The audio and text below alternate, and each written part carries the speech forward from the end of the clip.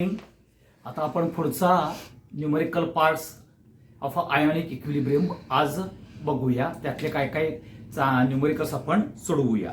तर पहिलं न्यूमेरिकल्स येतं that is the solubility of a silver chromate is 1 × 10⁻⁴. Okay, हे लक्षात ठेवा. म्हणजेच काय, solubility of a silver chromate is 1 × 10⁻⁴ moles per dm cube at 298 Kelvin calculates its solubility product. मग तुम्हाला दिलेला आहे S दिलेला आहे. किती दिलेला आहे? S इज इक्वल टू 1 × 10⁻⁴ दिलेला आहे. हा गिव्हन आहे, हे लक्षात ठेवा. आता सिल्वर क्रोमेट ह्याचा फॉर्म्युला येणं महत्वाचं आहे. आणि सिल्वर क्रोमेट म्हणजेच Ag2SO4 हा आपल्याला बघायला मिळतो. सॉरी, Ag2SO4 नाही, Ag2CrO4 हा सिल्वर क्रोमेट आहे. मग हा डिसअसोसिएट कसा होतो? तर twice Ag plus and plus CrO4 minus असा आपल्याला बघायला मिळतो. मग हा twice Ag plus CrO4 minus म्हटलं तर आपल्याला KSP काय येतो बघा. कारण का x इज इक्वल टू 2 येणार आहे, y इज इक्वल टू 2 येणार आहे. म्हणजेच हा B2A टाईप आहे. आणि B2A टाईप म्हणजे 4s³ येतो. हे काल आपण बघितलेलं आहे. तरी सुद्धा आपण तुमच्या माहिती करता इथे टाकूया x⁻² म्हणजे 2⁻², ओके, 1⁻1 असं y⁻1 येणार आहे, 1⁻1 आणि s⁻2 + 1 म्हणून इथं 4s³ येणार आहे. आता तुम्हाला सोल्युबिलिटी दिलेली आहे म्हणजे KSP इज इक्वल टू 4 × 1 × 10⁻⁴ चा क्यूब करायचा आणि त्याचं उत्तर तुम्हाला येतं. म्हणजेच इथं 4 × 10⁻12 हे तुम्हाला बघायला मिळतं. हे लक्षात ठेवा. कळालं? तर हे इम्पॉर्टंट आहे. इथं तुम्हाला फॉर्म्युला माहिती असणं हा महत्वाचा क्रायटेरिया आहे, तर लक्षात घ्या. मग त्याच्यानंतर पुढचा जो आपल्याला न्यूमेरिकल्स आहे ते बघून घेऊया आपण. ते आहे पर्टिक्युलरली हे घ्या, the solution of silver sulphide. The solution of silver sulphide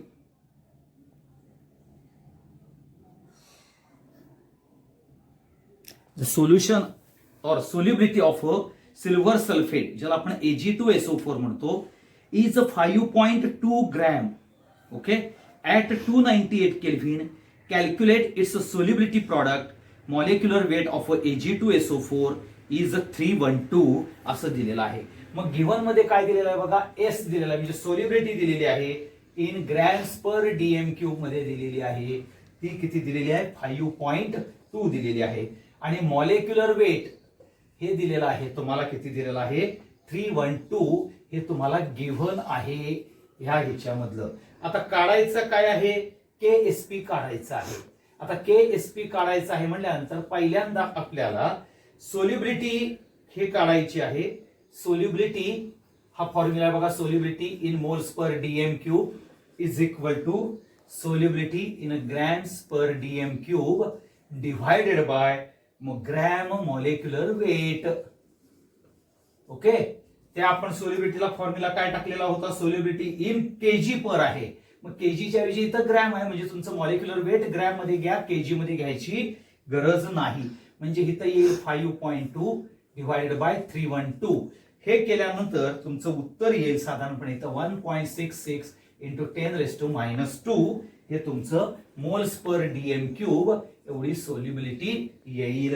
मग तुम्हाला माहिती आहे की Ag2SO4 हा आता मगाशी बघितला त्याप्रमाणे ट्वाइस Ag प्लस आणि SO4 मायनस आपल्याला बघायला मिळेल. आणि म्हणजेच हा B2A टाईप सॉल्ट बघायला मिळेल. म्हणजेच KSP is equal to 4s³ येणार आहे. जे 4 × 1.66 × 10⁻² चा क्यूब करायचा आहे. म्हणजे इथं आपल्याला काय येईल? 1.853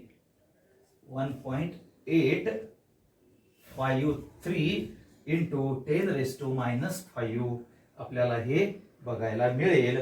हे लक्षात ठेवा. ह्या पद्धतीने त्याचं काय होईल 4.853 येईल इंटू 10⁻⁻5 एवढं लक्षात ठेवा. हे त्याचं उत्तर येईल. आता ह्याच्या पुढचं आणखीन एक एक्झाम्पल बघू आपण. The solubility product of Ag2SO4 हा दिलेला आहे. ओके, बघून घ्या हा न्यूमरिकल्स पुन्हा. ह्यामध्ये आपल्याला Ag2SO4 हे इज 2.3 इंटू 10⁻⁻5 हे तुम्हाला दिलेलं आहे. बघा हा सोल्युबिलिटी प्रॉडक्ट दिलेला आहे.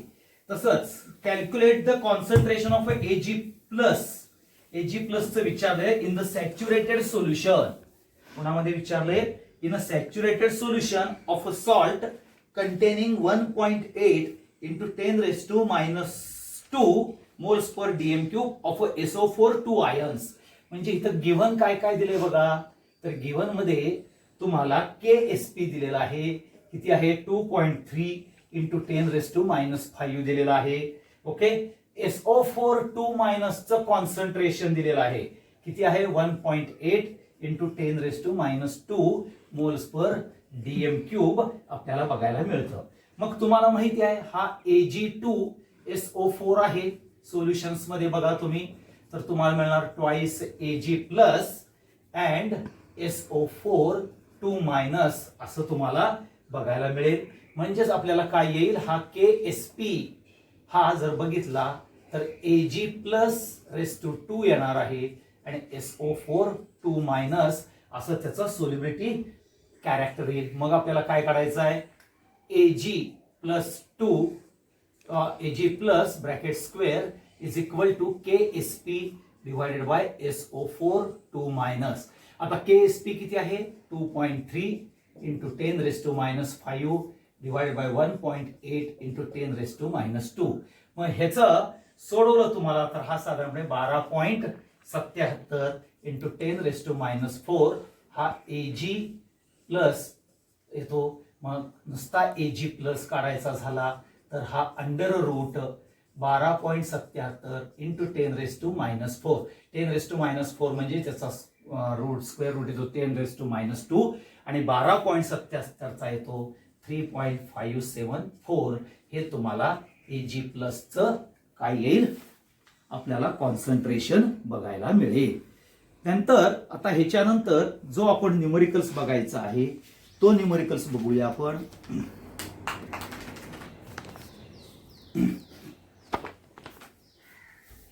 ते न्यूमरिकल्स बघून घ्या.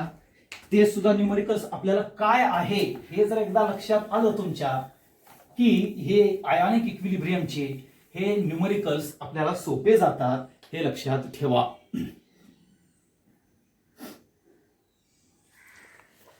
आता काय दिलंय बघा. The solubility product of AgI is 1.56 into 10⁻⁻16. What iodide ion concentration will be required to just completely precipitate AgI from 0.01 molar AgNO3 solution? हे तुम्हाला विचारलेलं आहे. मग ह्यामध्ये पुन्हा बघा गिव्हन काय दिलेलं आहे? KSP इज इक्वल टू दिलेला आहे 1.56 इंटू 10⁻⁻16 हे गिव्हन दिलेलं आहे आणि Ag प्लस दिलेलं आहे 0.01 मोलर दिलेला आहे. हे लक्षात ठेवा. आणि आयोडीन आयन्सचं कॉन्सन्ट्रेशन काढायचं आहे. आता बघा हा तुम्हाला AgI फ्रॉम 0.01. आता हे 0.01 कुठलं आलं तर AgNO3 मधलं Agचं 0.01 आहे एवढं लक्षात ठेवा. आणि त्यामुळं सोल्युशन्स मध्ये म्हणा तुम्ही फॉर सॅच्युरेशन आपल्याला काय येणार आहे? KSP is equal to okay Ag plus into iodine minus. कारण AgI हा डिव्हाइड अशामध्ये होणार आहे एवढं लक्षात ठेवा. आणि म्हणून मग आपल्याला आयोडीन आयन्स मायनस ह्याचं कॉन्सन्ट्रेशन काय येईल? KSP divided bye Ag plus असं येईल. म्हणजे 1.56 इंटू 10⁻⁻16 डिवायडेड बाय आपल्याला काय आहे? 0.01 म्हणजेच ह्याचं उत्तर जे येईल ते 1.56 इंटू 10⁻⁻14 हा मोल्स पर डीएम क्यूब येईल. मग इथं काय लिहायचं? फॉर हे जे आहे ना 1.56 इंटू 10⁻⁻14 ओके, हे फॉर सुपर सॅच्युरेशन करता कॉन्सन्ट्रेशन ऑफ आयोडीन आयन म्हणजेच फॉर जस्ट प्रेसिपिटेशन करण्याकरता लागणार आहे. आणि हे जर 1.56 इंटू 10⁻⁻14 ग्रेटर दॅन म्हणजेच सॉरी हे आयोडीन आयन्स कॉन्सन्ट्रेशन हे 1.56 इंटू 10⁻⁻14 पेक्षा ग्रेटर दॅन असेल तर हे आपल्याला सुपर सॅच्युरेशन किंवा जस्ट प्रेसिपिटेशन करता लागणार आहे. एवढं लक्षात ठेवा. समजलं? ह्या पद्धतीचे आपल्याला न्यूमरिकल्स हे बघावे लागतात. आता पुढचा जो पार्ट येतो तो आपण ह्याच न्यूमरिकल्स मध्ये थोडेसे आपल्याला कशा पद्धतीनं आपल्याला थोडे काय म्हणतात त्याला डिफिकल्टी कॅरेक्टर्स येतात ते आपण बघूया. म्हणजेच कुठल्यावरती वेस्टवॉल डायल्युशन लॉ वरती, pH वरती आणि पर्टिक्युलरली जर आपण बघितलं तर ह्या सोल्युबिलिटी प्रॉडक्ट वरती कशा पद्धतीनं प्रश्न विचारण्याची धाटणी येते ते आपण जरासं बघूया. म्हणजेच JEE करता नीट करता कसे प्रश्न डिझाईन केले जाऊ शकतात त्याचा आपण थोडासा पार्ट अँड पार्सल बघून घेऊया. Okay.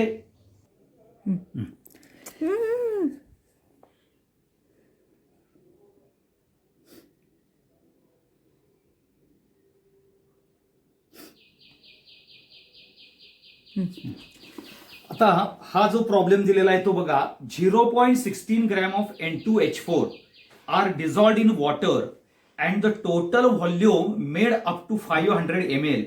Calculate the percentage of N2H4 that has reacted with water in this solution and Kb for N2H4 is 4 into 10⁻⁻6.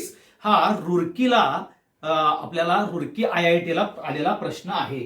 मग पहिल्यांदा इथं लक्षात घ्या N2H4 रिॲक्ट होतोय वॉटर बरोबर आणि आपल्याला लक्षात घ्या की तो देत असताना N2H5 okay plus and OH minus अशी आपल्याला रिव्हर्सिबल रिॲक्शन्स बघायला मिळते.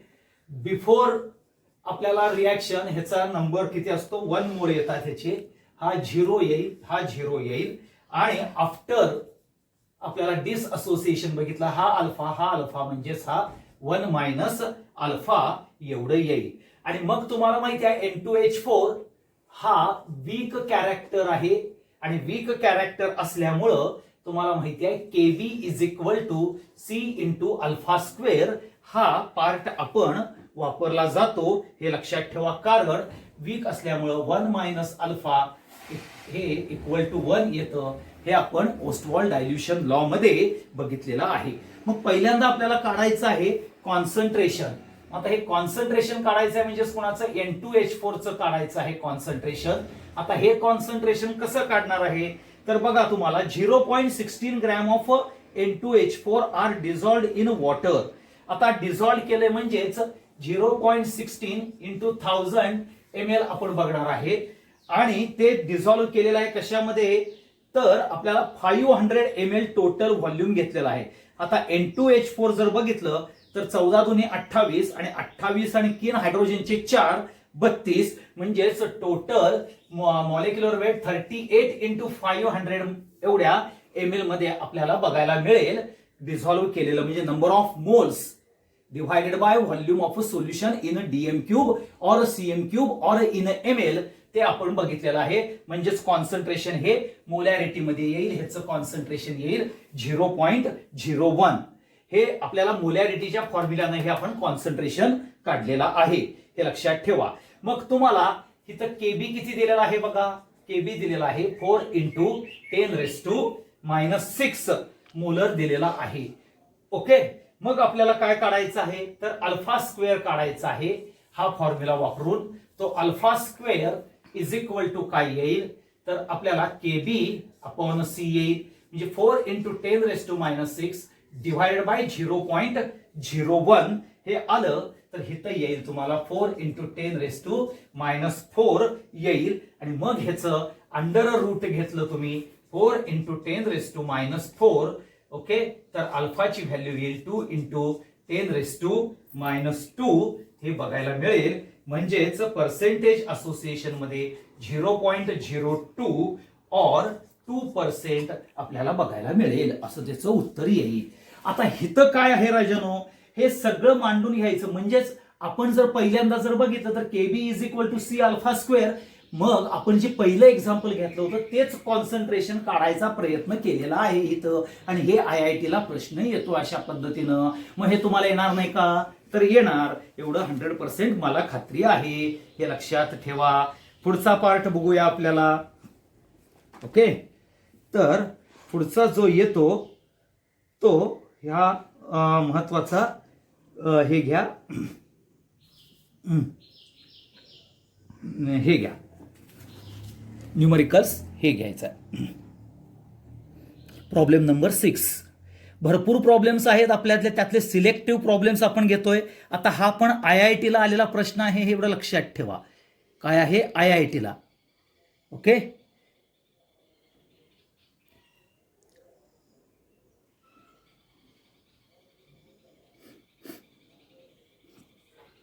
ओके.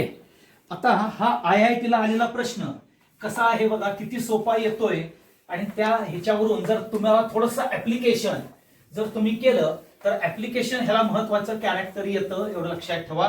आयोनिक इक्विलिब्रियमला तर काय दिलेलं आहे तुम्हाला? Ionisation of NH4 plus in water is 5.6 × 10⁻10 at 25 degrees Celsius.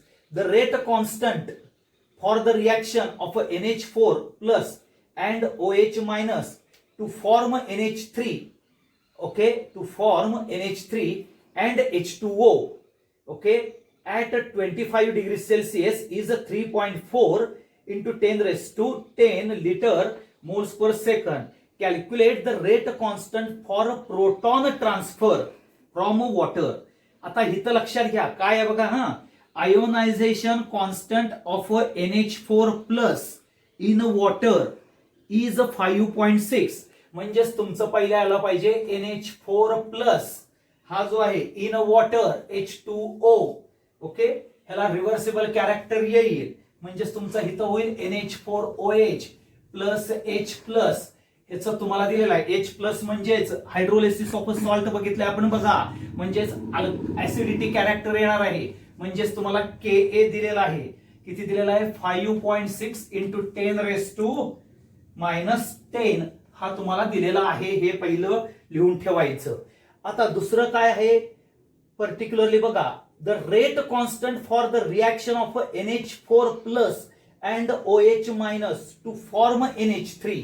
आता तुम्हाला माहिती आहे की NH3 प्लस H2O हे जर केलं तर NH4 plus and plus OH minus होईल. ही KF म्हणजे फॉरवर्ड डायरेक्शन रिएक्शन येईल. आणि तुम्हाला जो दिलेला आहे KB दिलेला आहे, बॅकवर्ड डायरेक्शनचा दिलेला आहे.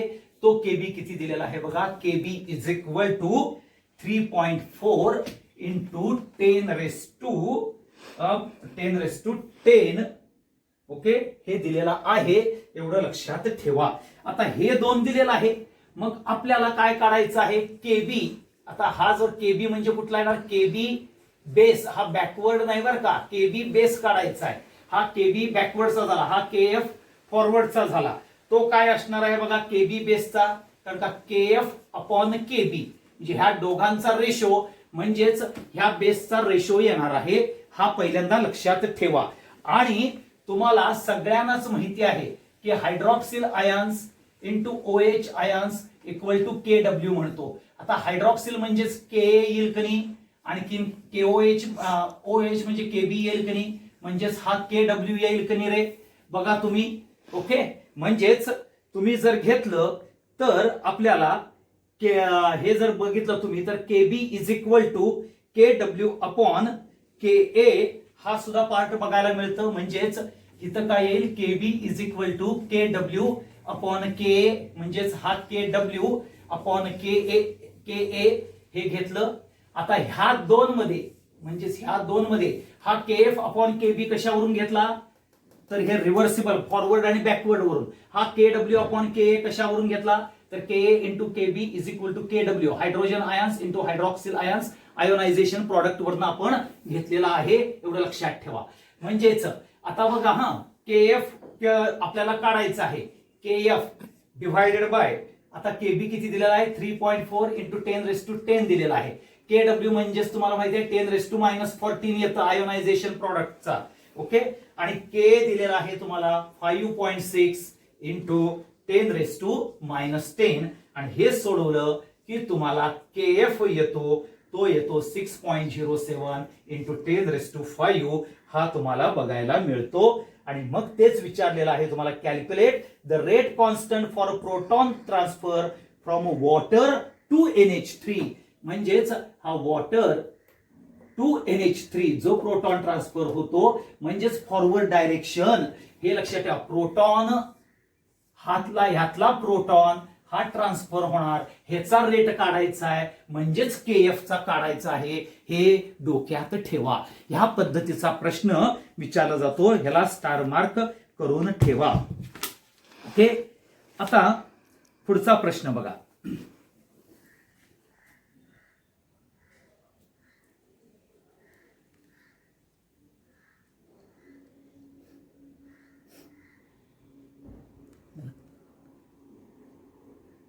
ओके, आता पुढचा प्रश्न काय विचारलाय बघा, calculate the concentration of fluoroacetic acid. काय विचारलेलं आहे तुम्हाला, concentration of fluoroacetic acid which is required to get hydroxyl ions equal to 1.5. म्हणजेच तुम्हाला कॉन्सन्ट्रेशन ऑफ हायड्रॉक्सिल आयन्स दिलेला आहे किती 1.5 इंटू 10⁻³ दिलेला आहे. के दिलेला आहे तो 2.6 इंटू 10⁻³ दिलेला आहे. आता बघा तुम्ही काय आहे, फ्लुरोएसिटिक ऍसिड म्हणजेच तुमचा येणारा CH2FCOOH हा तुमचा काय होईल, पर्टिक्युलरली CH2CFCOO मायनस आणि H+ हे आपल्याला बघायला मिळणार आहे. इनिशियली 1 0 0 असणार आहे, नंतर हा अल्फा अल्फा 1 मायनस अल्फा हे आफ्टर येणार आहे. हे जे आहे ते बिफोर, हे लगेच मांडून घ्यायचं, हे आफ्टर, हे लक्षात ठेवा. मग आता फ्लुरोएसिटिक ऍसिड आहे, हा पर्टिक्युलरली वीक कॅरेक्टर येतं, हे लक्षात ठेवा. ओके, वीक कॅरेक्टर येतं म्हणजेच आपल्याला माहिती आहे Ka is equal to C alpha square divided by 1 minus alpha, हे ना आपण बघणार आहोत, हे लक्षात ठेवा. मग आता Ka किती दिलेला आहे 2.6 इंटू 10⁻³ कॉन्सन्ट्रेशन किती दिलेलं आहे बघा 1.5 इंटू 10⁻³. ओके, आता C अल्फा स्क्वेअर आहे. ओके, म्हणजेच इथं आपल्याला alpha square divided by 1 minus alpha हे येईल. म्हणजेच alpha square upon 1 minus alpha equal to 2.6 into 10⁻³ divided by 1.5 into 10⁻³ हे असं आपल्याला बघायला मिळेल. ओके, आणि हे ज्या वेळेला तुम्ही काढाल त्यावेळेला ह्याच्यावरून तुम्हाला अल्फाची व्हॅल्यू ही काढता येते आणि ती अल्फाची व्हॅल्यू ही साधारणपणे 0.634 च्या आसपास येते. आणि मग तुम्हाला माहिती आहे okay, concentration C alpha okay is equal to काय आहे के.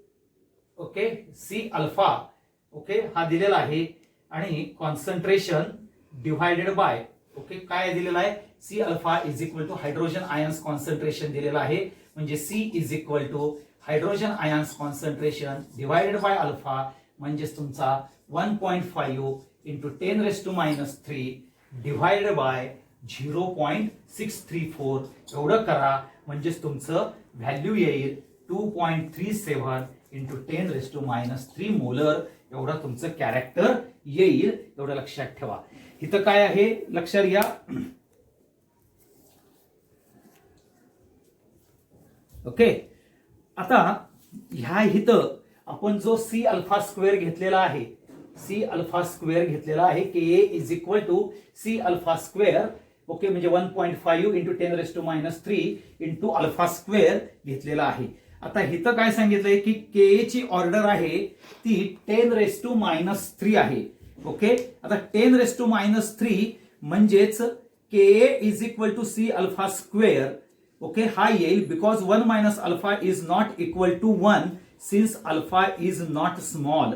अल्फा हा स्मॉल नसल्यामुळं आपल्याला 1 मायनस अल्फा हे घ्यावं लागतं. इथं लक्षात ठेवा, हा सगळ्यात पुढचा कॅरेक्टर येईल. आता त्याच्यानंतरचा तिसरा बघूया रुडकीचा एक पॅटर्न.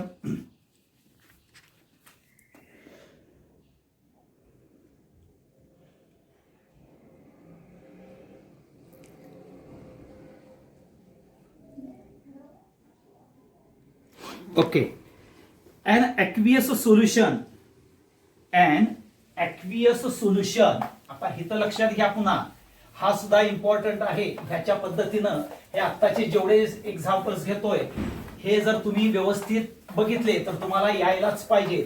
आता मगाशच्या एक्झाम्पल मध्ये 1 मायनस अल्फा काय येतो, कारण का पर्टिक्युलरली के ए म्हणजे dissociation constant is not small, order 10⁻³ आहे, म्हणजे 1 minus alpha is not equal to 1.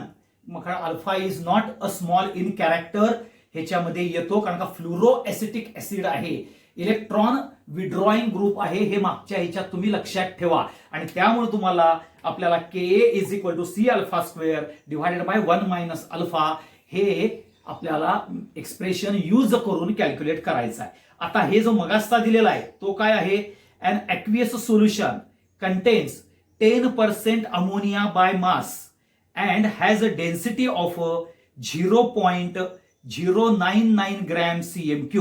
Calculate hydroxyl and hydrogen ion concentration in this solution.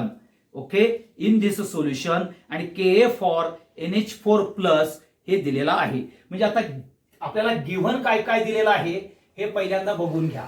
आता गिव्हन काय दिलेलं बघा, 10% दिलेला आहे, म्हणजे weight of NH3. Okay, weight of NH3 divided by weight of solution दिलेला आहे किती, 10 डिवायडेड बाय 100, कारण का 10% आहे एवढं लक्षात ठेवा. हा पहिला कॅरेक्टर दिलेला आहे. दुसरं कॅरेक्टर काय दिलेलं आहे बघा, डेन्सिटी दिलेली आहे. डेन्सिटी किती दिली आहे, 0.99. ओके, ग्रॅम पर cm³ ही तुम्हाला दिलेली आहे. आणि Ka दिलेला आहे, किती दिलेला आहे, के कुणाचा दिलेला आहे, फॉर NH4 प्लस चा दिलेला आहे. तो किती आहे, 5 इंटू 10⁻10 येतं.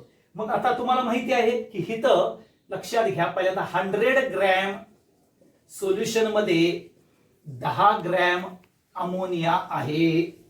ओके, तर आपल्याला पर्टिक्युलरली ज्या वेळेला आता डेन्सिटी दिलेली आहे, म्हणजेच बघा तर 1000 मध्ये किती हे येण्याचा पहिल्यांदा आपण बघूया.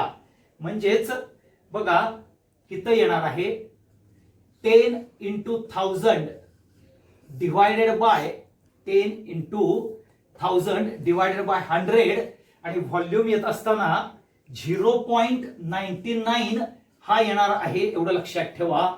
ओके, आता अमोनिया आहे NH3. आता NH3 आहे म्हटल्यानंतर नायट्रोजनचे 14 आणि हायड्रोजनचे 4, मॉलिक्युलर वेट आहे 17. ओके, हे तुम्ही घेतलं की ह्याचा तुम्हाला म्हणजेच volume is equal to mass into density ह्याप्रमाणे येईल. आणि ह्याचं उत्तर येईल बघा तुम्ही. ओके, ह्याचं तुमचं उत्तर येईल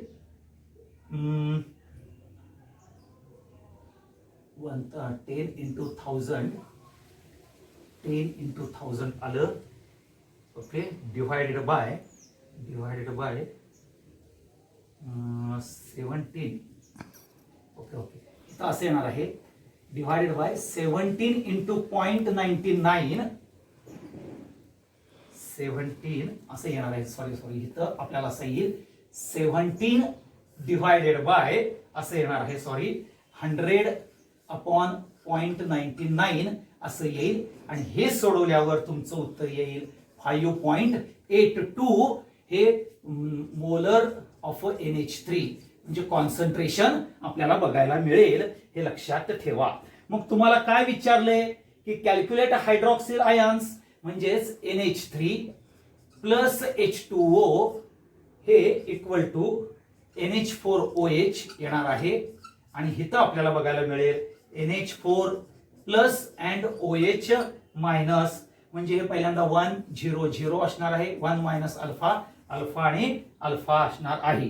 मग तुम्हाला बघा hydroxyl ions concentration is equal to C into alpha, म्हणजे N into C into alpha येतं. N ची व्हॅल्यू आहे 1 येते, म्हणजे बघा हा आपल्याला फॉर्म्युला वापरलाय बघा, N into C into alpha. Okay, N equal to 1 येणार आहे, म्हणजेच C अल्फा येईल. ओके, C अल्फा म्हणजेच C इंटू अंडर रूट अल्फाची व्हॅल्यू काय येणार आहे रे, KB अपॉन C येईल. बरोबर आहे ना, C into under root KB upon C येईल, हे लक्षात ठेवा. मग तुम्हाला कॉन्सन्ट्रेशन किती दिलेलं आहे, 5.82 आहे, एवढं लक्षात ठेवा कॉन्सन्ट्रेशन. ओके, इथं लक्षात ठेवायचं आहे आपल्याला under root C into under root KB upon C. आता हा C आत गेल्यानंतर काय येईल बघा, KB into C square upon C, म्हणजेच under root KB into C येईल, एवढं लक्षात ठेवा. हे आपण आत घेतल्यानंतर हायड्रॉक्सिल आयन्सचं येईल.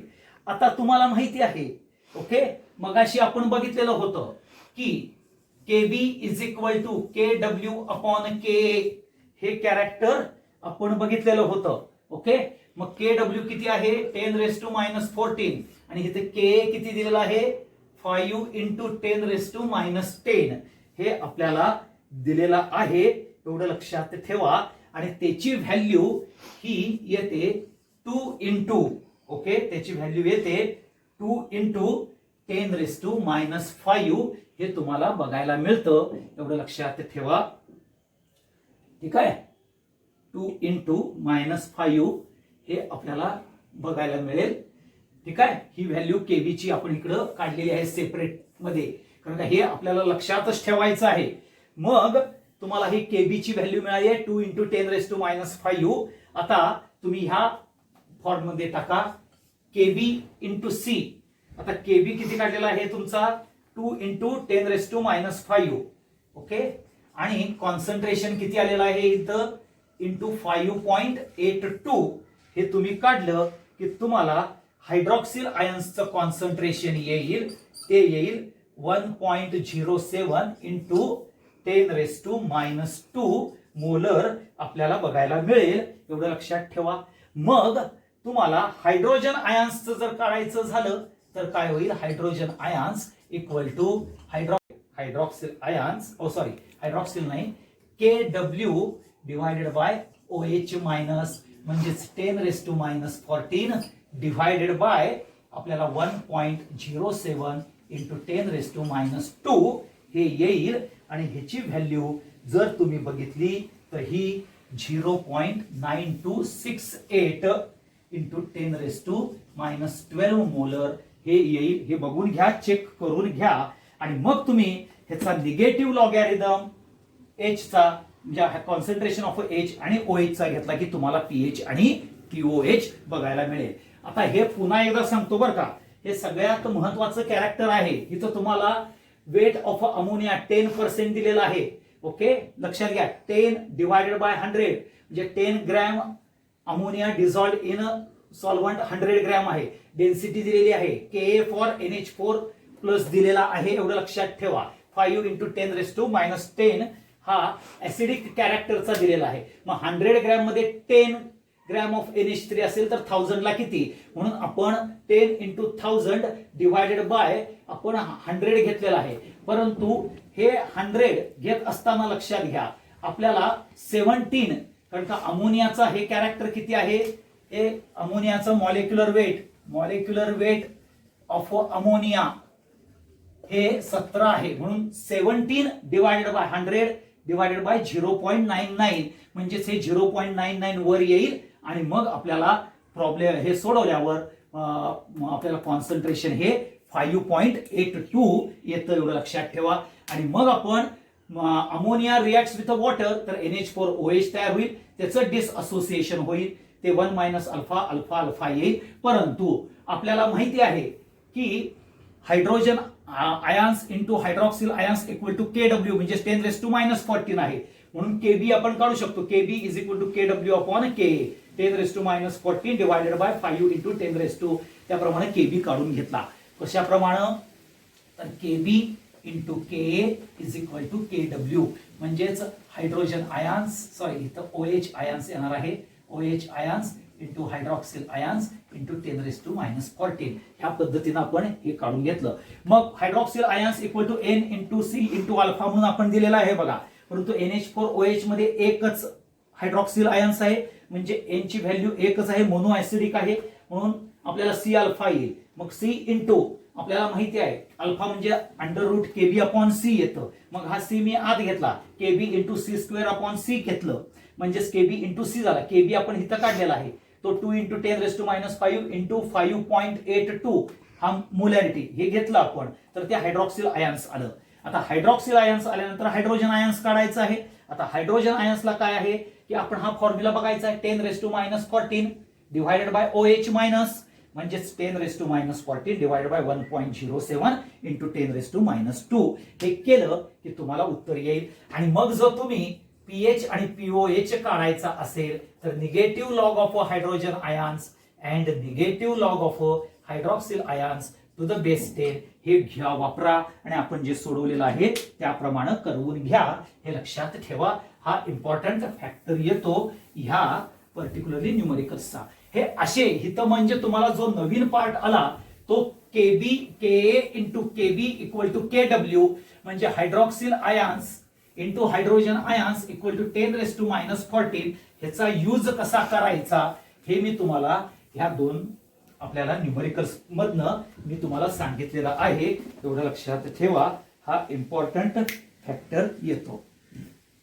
बघा आता राहिलेले आपल्याला फक्त सोल्युबिलिटी प्रॉडक्ट आणि pH pOH वरती आणखीन एक 3 ते 4 एक्झाम्पल्स जे मला पर्टिक्युलरली डिफिकल्ट वाटतात ते आपण घेऊया आणि ते उद्याच्या भागात आपण बघूया. Thank you very much.